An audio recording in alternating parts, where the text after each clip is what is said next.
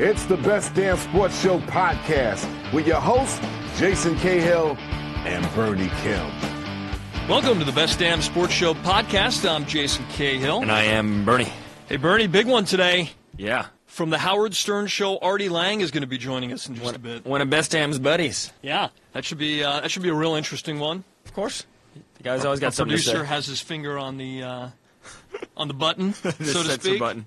No, we're just going to let him go. Okay. Yeah. Okay. It's going to be great. Lots of stuff to talk to him about. He was at Howard Stern's wedding last Friday. Oh boy, that must have been a scene. We got to hear all about that, and of course talk about his Yankees. Yeah. Yeah. And of course, if you want to email us, it's bestdampodcast@yahoo.com. Send us an email. We'll read it on the air. If you have any questions for any of the guests we've got upcoming, shoot us off an email. I would love to read some emails. You know who I think we might have next week on the podcast, by the way? Who's that? That might be Rob McElhaney from It's Always Sunny in Philadelphia. I actually did know that because I asked him to I was the one that asked him to come on. So, yes, I did know I know that. you looked at me confused, and I'm like, no, Bernie, you're the one that asked him. Well, I didn't know if that's what you were alluding to. Yeah, Rob was on the show this week. We had a real good week at Best Damn. Rob McElhaney from It's Always Sunny was here. Henny. As in penny. What am I saying? You're saying Haney as in Rob Jamie. McElhaney. Yeah, so it's Henny. Rob McElhaney. Yes, he actually slid that in there. I said, all right, we're ready for your segment. And he goes, and I said, is this the right time for the show? And he's like, yep. And he goes, it's McElhaney. Oh, man. So he slid that in there for me. By the way, not as a jerk, but just, to correct. Howard Stern does promos for It's Always Sunny in Philadelphia, and he pronounces Rob McElhaney's name as Rob McKenzie. So I think McElhaney is a little bit better. Okay, yeah. You got most of the letters correct, at least. No one corrects Howard. He does it every time. So Jim Brown was on the show this week. Syracuse great, Jim Brown. We did a couple of segments with him. He almost canceled. I don't know if you knew about this, but the day of the taping, we get an email about a half an hour before Jim Brown is supposed to arrive, and it says, Mayday, Jim Brown has canceled. What? Yeah, he canceled on us a half an hour before the show taped, and then he was back in about 15 minutes later. What happened? I think it was a miscommunication. I think, sometimes guests are booked on the show, and we go through their people. So whether it's their publicists, it's their manager, or it's a movie company, that's working on the movie that person is promoting. And sometimes the guests don't even know that they're scheduled to do Best Damn. So I think maybe the case here was that Jim Brown just had no idea that he was doing Best Damn. They had scheduled for him to do it, and there was some kind of miscommunication. But he's like, I don't know what you're talking about, but I can't do it. So then eventually we got him back, and he came on the show. But it looked for a bit like he wasn't going to make it. Now, you've been dealing with handlers for, 6 years now? Yeah. About 6 years. Yeah. Don't you find that most of them just don't know what they're doing, but they screw up a whole lot? Bernie hates publicists. Well, here's the thing. You make a request for a guest through a publicist or through a handler. Right. And, you say, hey, do you think so-and-so would want to do this kind of skit or would want to do this and this? And then they'll dilly-dally, get back to you, and sometimes they'll say no. Sometimes they'll say yes, too. But sometimes they'll say no. And then you actually talk to the guest about it in person, and they're like, oh, I would have loved to have done that. See, I think the problem is that you pitch something to a publicist or a manager, and the word never gets back to the client.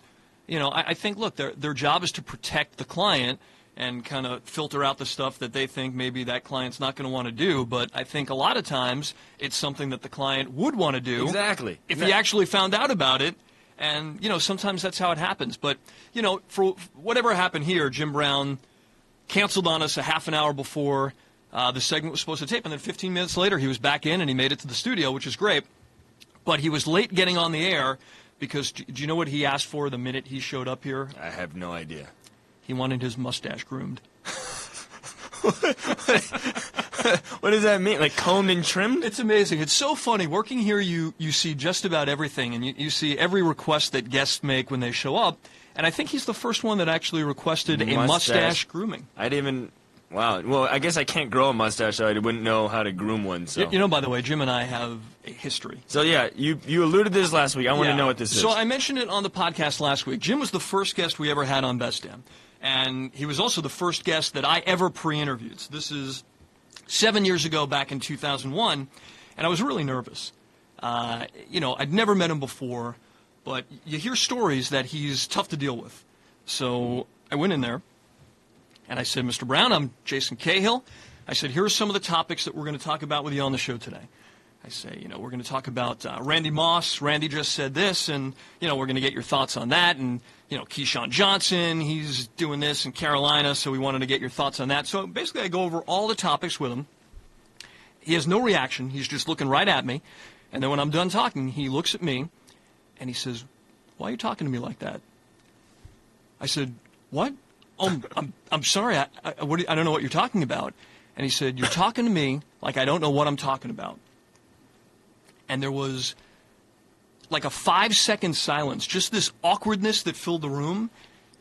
And I was so scared. I didn't know what to do.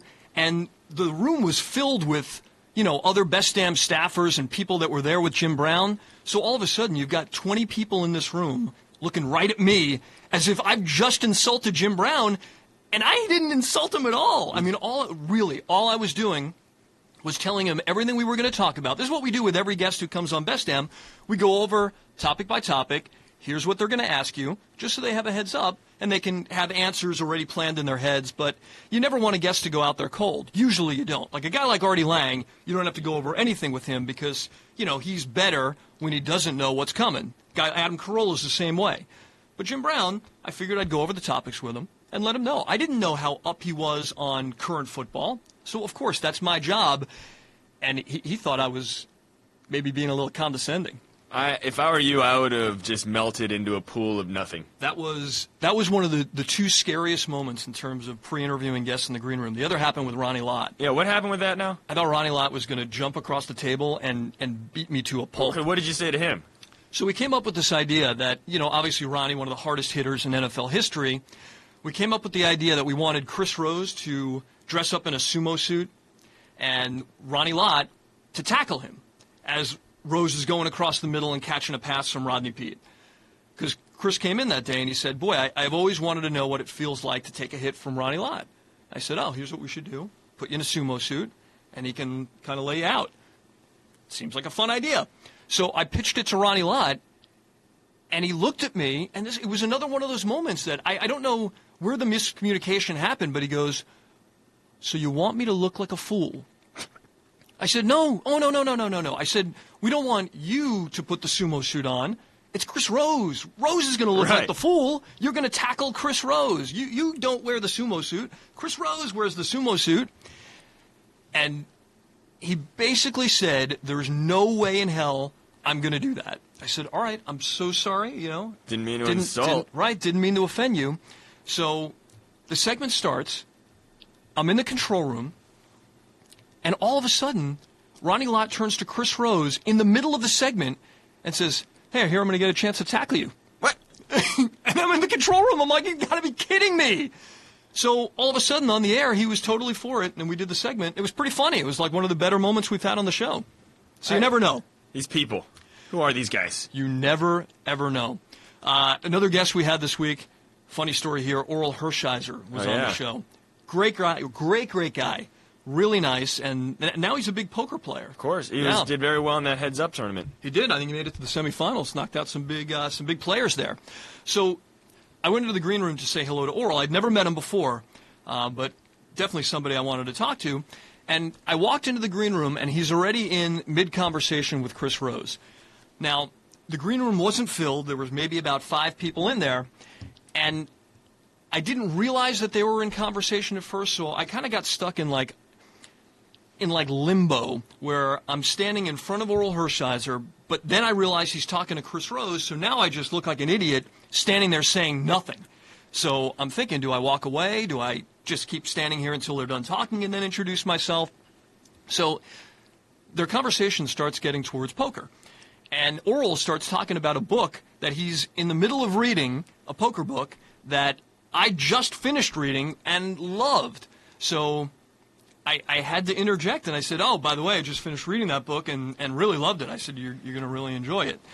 And Oral looks at me, and he's got a big smile on his face. So, I don't know if he was intending to be a little insulting here, or not, or if he was just kidding around.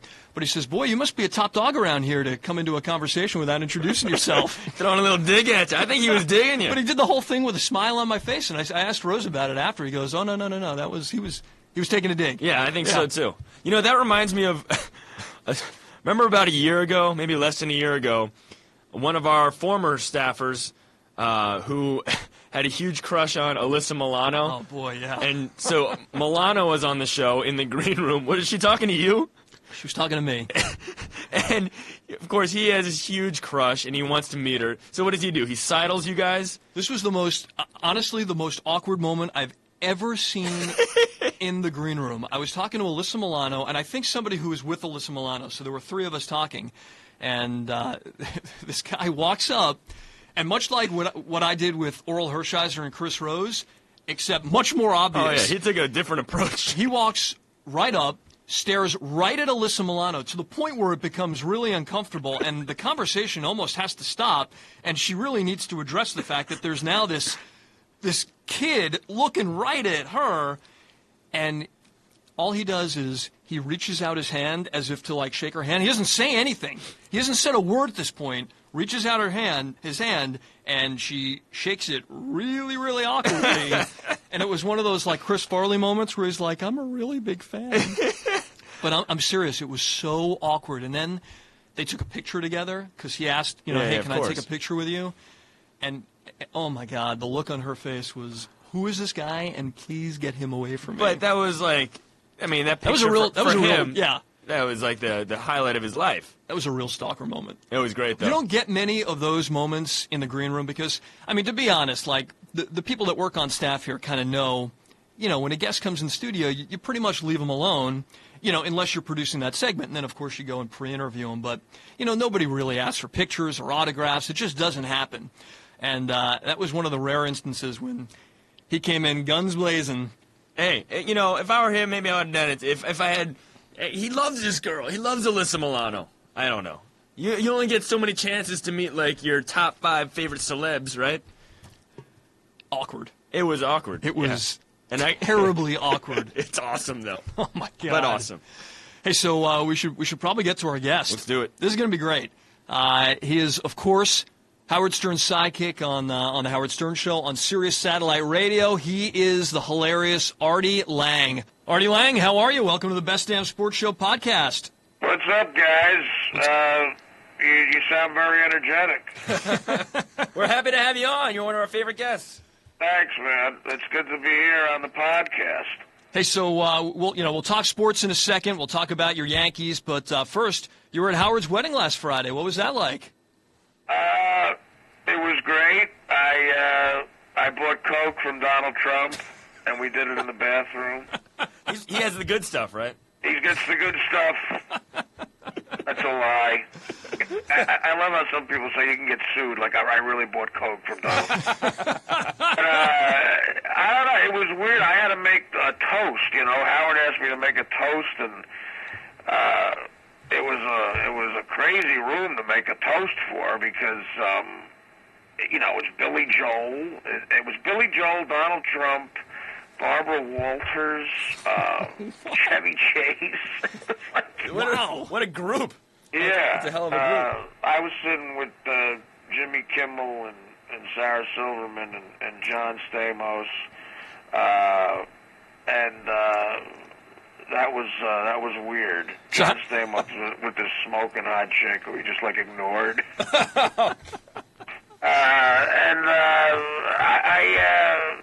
The food was good. It was at this place, Le Cirque, not my kind of restaurant. It was good, but it's one of those gourmet places where you wish there was more of it, more right. food.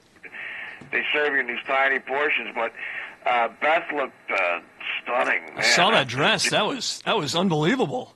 Yeah, she's a sexy-looking bride, I'll tell you that. I've never seen a bride look like that before.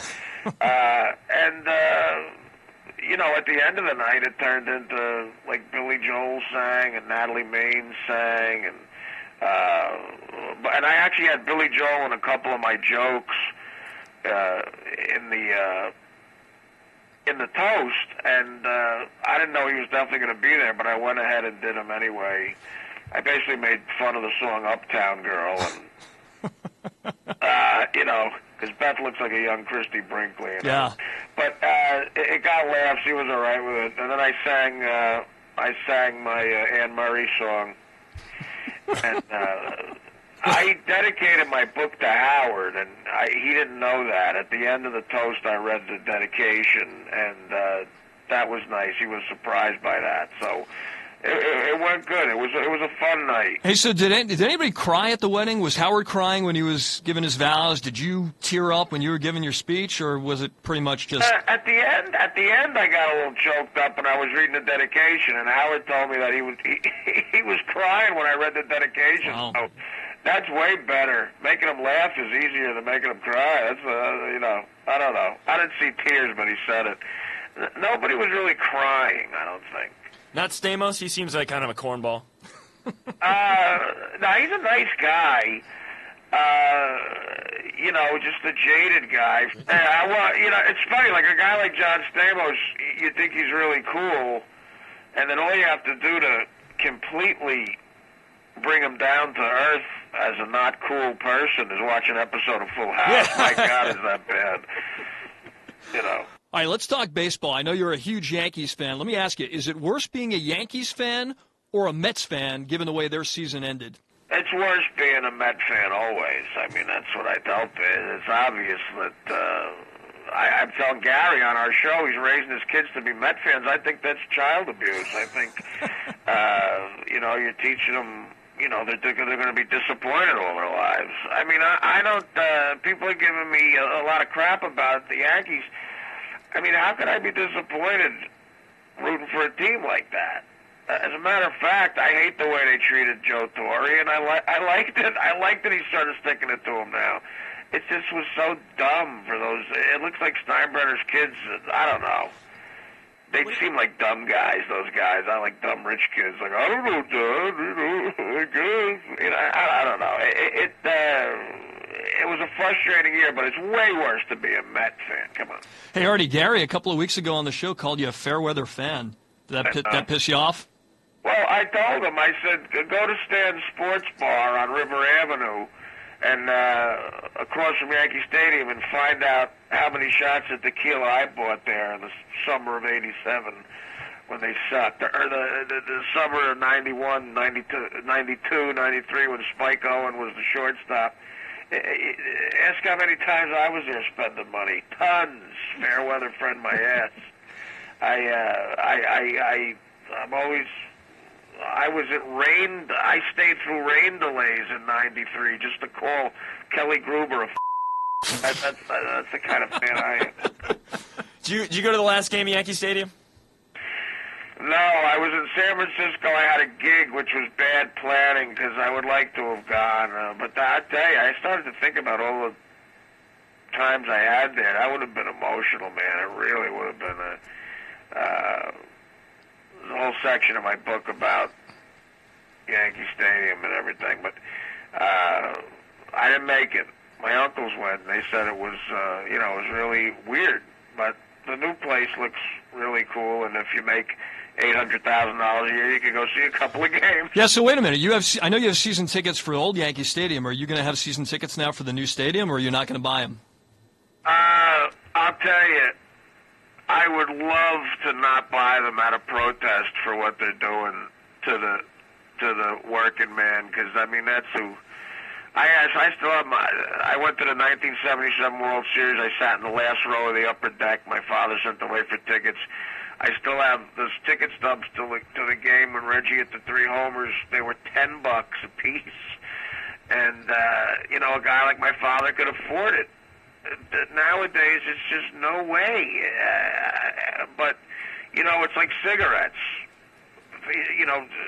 Tobacco companies know you could put a video of a guy coughing himself to death on a pack of cigarettes and charge $15 a pack, and people still buy it. Yankee season tickets are a big part of my life, so yeah, I'll get them, and thank God I can afford them. But I hate what they're doing. I hate it. Hey, who are you rooting for in the playoffs? I mean, obviously you're not rooting for the Red Sox. The Dodgers because of Torrey? I can't root for a Southern California team. I can't. I lived in L.A. for 6 years. I love Joe Torre, but no way. I hate the Lakers. I hate the Dodgers. I'm a Raider fan from the 70s. Well, I'm a Giant fan, but I like the Raiders. And I hated them when they were in L.A. So who then? The Rays? Oh, God. The Phillies? You can't be rooting for the Phillies. To tell you the truth, I know a lot of crazy Philly fans, so that would be hard. I don't know. That's a tough year, man. I think of anything. I don't like rooting for the National League. So the Red Sox, I don't know. It's tough, man. I guess maybe the Devil Rays. I don't know. Yikes. What an awful year. Yeah, it's been an interesting baseball year. But when you're watching these games on TV, who do you like listening to? Who are your favorite broadcasters, or maybe who are your least favorite broadcasters? Well, let's see. I used to love, like, Jack Buck. His kid ain't bad. I guess he's the new voice of baseball, though, nationally. I don't like Tim McCarver. Tim McCarver over-explains stuff, especially when he used to do games locally. Like, I remember one time I was listening to a Met game. I was watching a Met game on TV. Trying to think. Yeah, and it was when Bobby Bonilla was on the team. Mm-hmm. And Bonilla moved from the outfield to third base, and he put a bigger. He moved from the infield to the outfield, and he put a bigger glove on. And Tim McCarver, for 15 minutes, explained why he put a bigger glove on.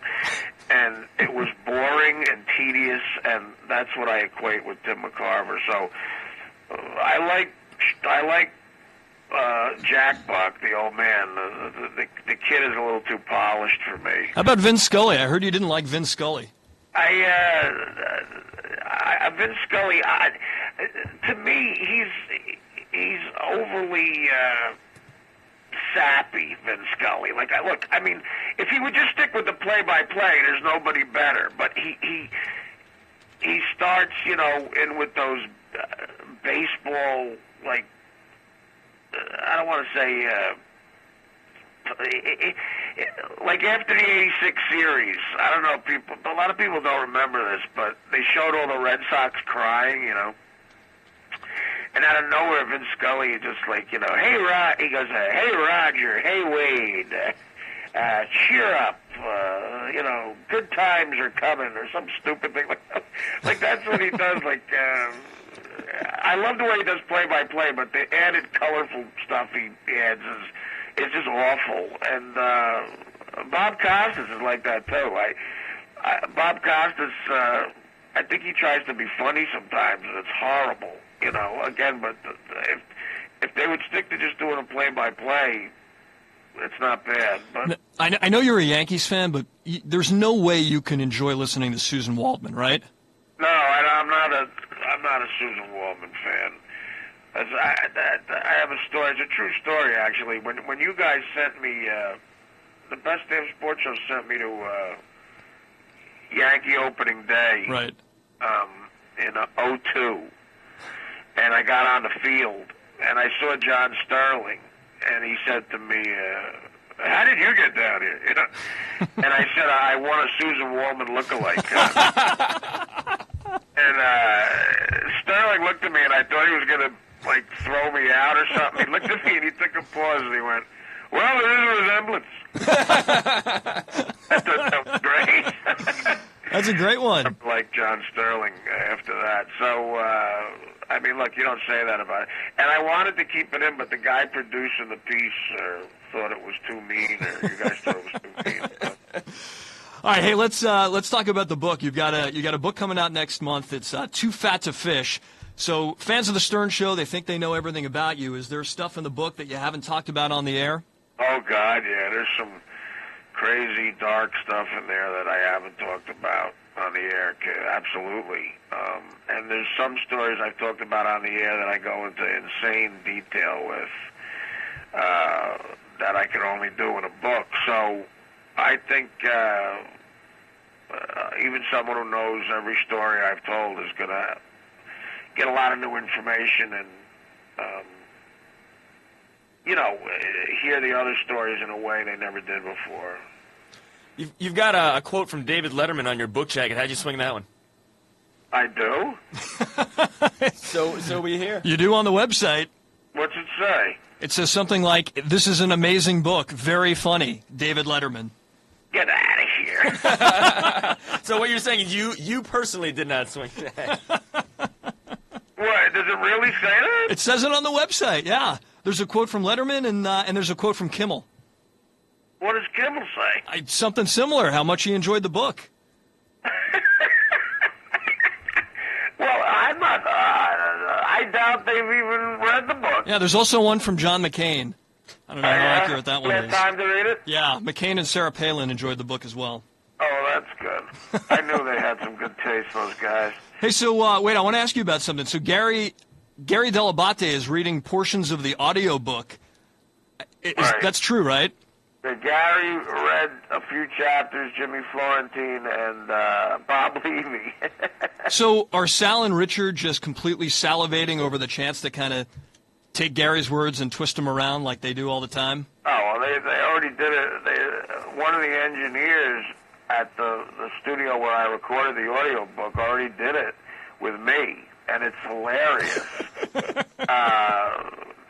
I mean, it really is, because I say every word you could possibly imagine in the book, so, I forgot about the Gary aspect, though. Yeah, that's going to be great. What I think they should do is they should have a conversation between, like, me and Gary or something and go, like, hey, Gary, did you Yeah, I think I did I just like, by the way, that there's now definitely the phrase in the book. I can't imagine where that comes up in your autobiography, but at some point there's and there's got to be somewhere. That's all they need. Hey, your birthday's tomorrow. Yeah, that's right, man. Yeah, what do you got planned? Nothing. I'm not a big birthday guy, Oh, come on. It's a big I'm day. not. How old are you? You 41? I was 40 last year, so I let my family take me out. I'm 41, but I found out it's a big birthday for me because my doctor said my liver is 75. Oh, there you go. So it's a big birthday, and I think I might go celebrate it by making my liver 95. I would think that every... I can't do anything. I'm on every wagon there is right now. It just sucks. Just go bowling or something. Yeah, I know. What's fun? Yeah, that's it, bowling. But then I want to gamble, and that'll lead to drinking. All right, I didn't realize that bowling was a gateway sport. Well, everything's a gateway for me. That's the problem, Hey, so we talked about the book. You got that next month. What else you got going on? Well, New Year's Eve, I'm doing a big gig at the Meadowlands at the Izod Arena. I'm playing the biggest venue I've ever played. And you can go to Ticketmaster outlets and, online or whatever, and call Ticketmaster. You can get tickets for me at the Meadowlands Izod Arena, New Year's Eve. Great. It's going to be fun. And for everybody out there who doesn't have Sirius Satellite Radio, I tell everybody who I can, it is the greatest invention on the planet. I love my Sirius Satellite Radio. Oh, that's good to hear, man, because, I think what you just said is going to get the stock above 40 cents. We have like a dozen, at least a dozen, hardcore fans of the podcast. Yeah, I'm like the Warren Buffett of the podcast, so whatever I say, the stock is surely going to rise. Yeah, listen, my stock, I have stock options, in the company, and if I turn them in now, I would owe Howard and Mel Karmazin $400,000.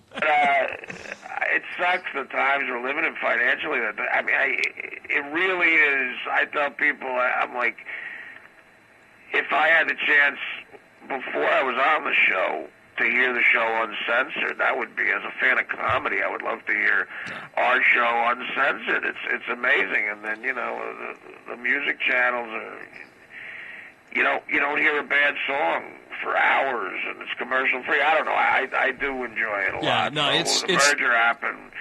We'll see, man. Yeah. I don't know. I think it's got a future, but it's great stuff. I think the show's really hitting a stride right now, and go out and get Sirius Satellite Radio, Howard 100, Howard 101, two great channels, two of many great channels on Sirius. So yeah, thanks, Jason. You've always been a supporter of myself and the show. I appreciate it. Well, we love having you here. We love having you on Best Damn and now on the podcast. So next month, go out and get Too Fat to Fish, and go and log on to Sirius.com and sign up and get your Sirius Satellite Radio, and then go to Ticketmaster.com and go see you on New Year's Eve.